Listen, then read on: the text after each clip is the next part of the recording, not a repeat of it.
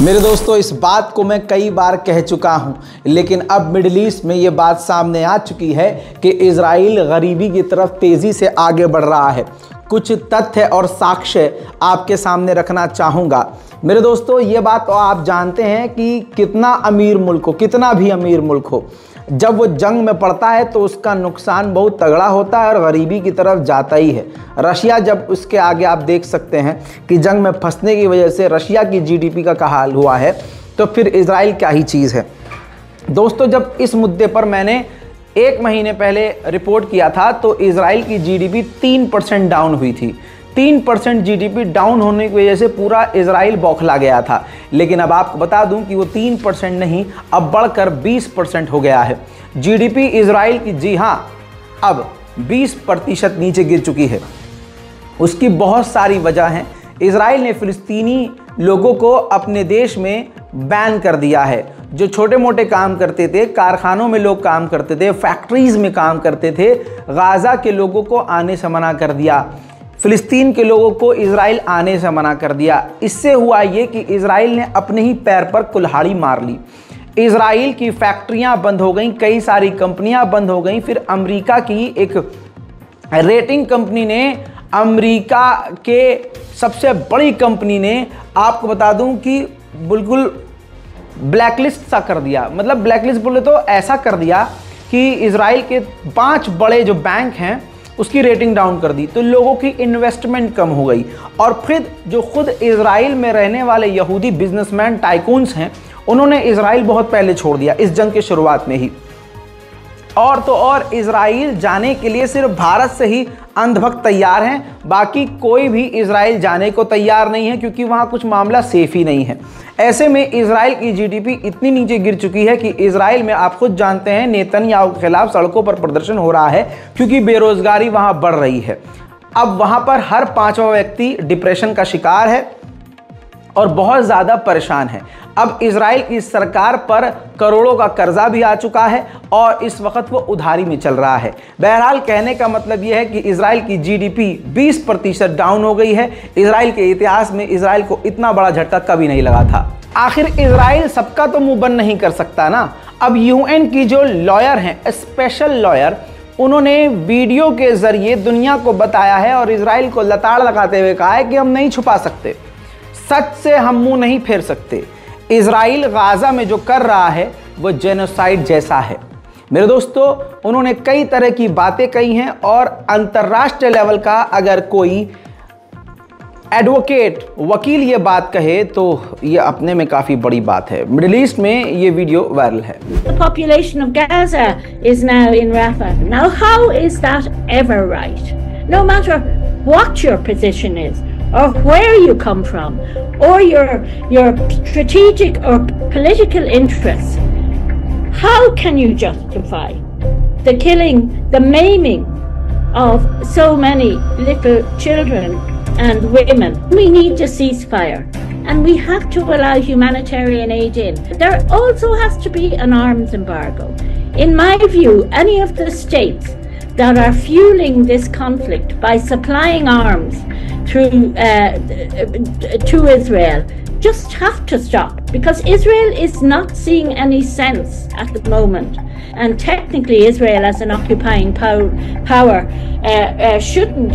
cannot be waging a war against an occupied territory, but they are reversing the funding to UNRWA has to। वहीं अंतर्राष्ट्रीय court of justice के बाहर फिलिस्तीनी समर्थकों ने Israel के खिलाफ बहुत ही खतरनाक लेवल पर उतरकर प्रदर्शन किया है, साथ ही इजराइल के झंडे को भी आग के हवाले किया है।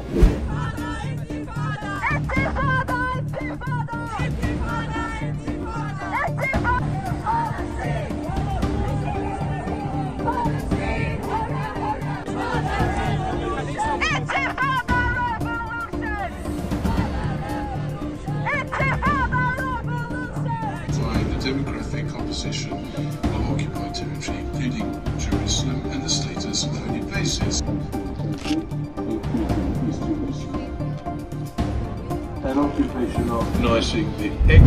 यूरोपीय यूनियन ने खुद बताया है कि यूरोपीय यूनियन में जो 27 देश हैं, 27 में से 26 देशों ने मांग करी कि ह्यूमैनिटेरियन एड पॉज होना चाहिए ताकि गाज़ा के अंदर सबसे पहले मदद पहुंच सके। लेकिन सिर्फ वाहिद एक हंगरी है जिसने इस पूरे प्रपोजल को रिजेक्ट कर दिया, क्योंकि यूरोपीय यूनियन का वो भी एक मेंबर है और सभी का एक बात पर राज़ी होना ज़रूरी है, तभी कोई बिल पास होता है। ऐसे में यूरोपीय यूनियन के 26 देश अलग पड़ गए और एक हंगरी की वजह से ये मांग भी अब पास नहीं हुई है। आइए दोस्तों, हंगरी को लानत भेजें, हंगरी के खिलाफ आप बद्दुआ करें और कहें कि अल्लाह इसे निस्तो नाबूद करे। आमीन सुम्मा आमीन। इजराइल के सेटलर्स पर कई तरह की पाबंदियां यूरोपीय यूनियन, अमेरिका और दूसरे देशों से भी, बर्तानिया और कनाडा से भी लगाई जा चुकी हैं। लेकिन इसके बावजूद ताज़ा तरीन CCTV फुटेज आपको दिखा रहा हूं जिसमें फिलिस्तीनियों के घरों के ऊपर, उनके इलाकों के ऊपर नेबुलस में, जी हाँ, हवारा और साउथर्न नेबुलस में फिलिस्तीनियों के घरों के ऊपर, गाड़ियों के ऊपर सेटलर्स ने हमला किया है। उधर चीन ने भी गाज़ा के और फिलिस्तीन के दिलों के हाल को समझते हुए उनकी आवाज़ उठाई है। अंतर्राष्ट्रीय प्लेटफॉर्म पर खड़े होकर चीन के विदेश मंत्री ने कहा कि इजराइल के हमलों की वजह से फिलिस्तीनी और गाज़ा के लोग डिस्प्लेस हुए हैं, अपनी जगहों से हटे हैं, उनका घर बर्बाद हो चुका है, भविष्य खतरे में है। फिलहाल 2 स्टेट सॉल्यूशन ज़रूरी है और तुरंत प्रभाव से जंग खत्म होनी चाहिए। The recent escalation and spillover of the Palestinian-Israeli conflict and ongoing tension in the Red Sea once again demonstrate that the question of Palestine is at the heart of the Middle East issue. Generations of the Palestinian people have been displaced, unable to return to their home till this day. This is the longest-lasting injustice in our world. China has stood firm on the side of fairness and justice all along, vigorously working for an end to the conflict and for the protection of civilians. China pushed the UN Security Council to adopt the first resolution since the latest conflict broke out and issued a position paper on. वहीं Germany ने Israel को support किया है। सभी देशों के ये नाम याद रखिए कौन किस तरफ है। जर्मनी ने आधिकारिक तौर पर कहा अपने ही देश में लोगों को धमकाते हुए कि कोई भी यहूदियों के खिलाफ घृणा रखेगा, यहूदियों के खिलाफ बोलेगा, उनसे नफरत करेगा तो जर्मनी के रहने वाले उस नागरिक की उससे नागरिकता छीन ली जाएगी।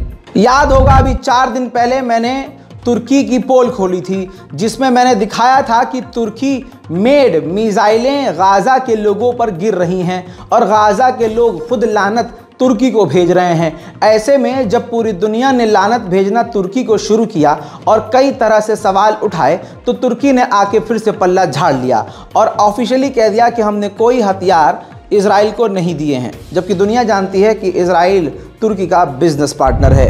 आप जानते हैं जब गैर चोट पहुंचाता है तो तकलीफ नहीं होती, जब अपना ज़रा सी टेढ़ी बात कर दे तो दिल बिखर जाता है। ये दुनिया पे भी लागू होता है, अपने ऊपर भी लागू होता है, रिश्तों पे भी लागू होता है और अंतर्राष्ट्रीय रिश्तों पे भी लागू होता है। गाज़ा के लोगों का हाल कितना बुरा है किसी से छुपा नहीं है। UNRWA की फंडिंग दूसरों ने रोकी है। अमेरिका, जर्मनी, फ्रांस, ब्रिटेन, तमाम बड़े बड़े देशों ने फंडिंग रोकी है। यहाँ तक बर्दाश्त हो रहा था कि ठीक है ये तो सब उस पाले के हैं, लेकिन सोचिए मुसलमानों, इस बात को समझिए, रिवील हुआ है डॉक्यूमेंट से कि सिर्फ अमेरिका, जर्मनी, फ्रांस, यूरोप और वेस्ट के देश नहीं बल्कि अरब देशों ने भी UNRWA को फंडिंग कम से कम की है। यानी जो अरब देश हैं वो भी डोनेशन UNRWA को नहीं दे रहे हैं। जापान में इजराइल के खिलाफ प्रदर्शन हो रहा था।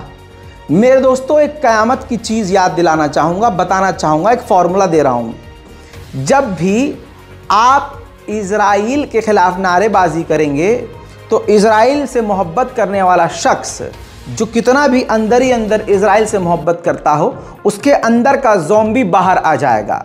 जापान में इजराइल के खिलाफ पीसफुली प्रोटेस्ट हो रहा था, लानत भेज रहे थे, इजराइल मुर्दाबाद के नारे लग रहे थे।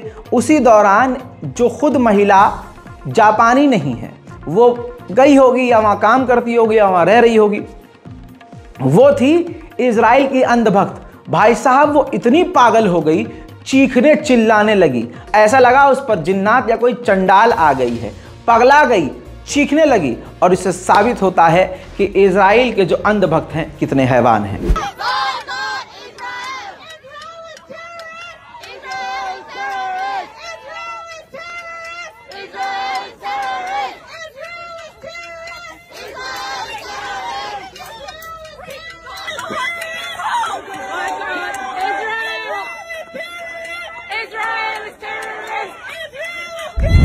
ईसाइयों के सबसे बड़े धर्म गुरु पोप फ्रांसिस निशाने पर हैं इजराइल के।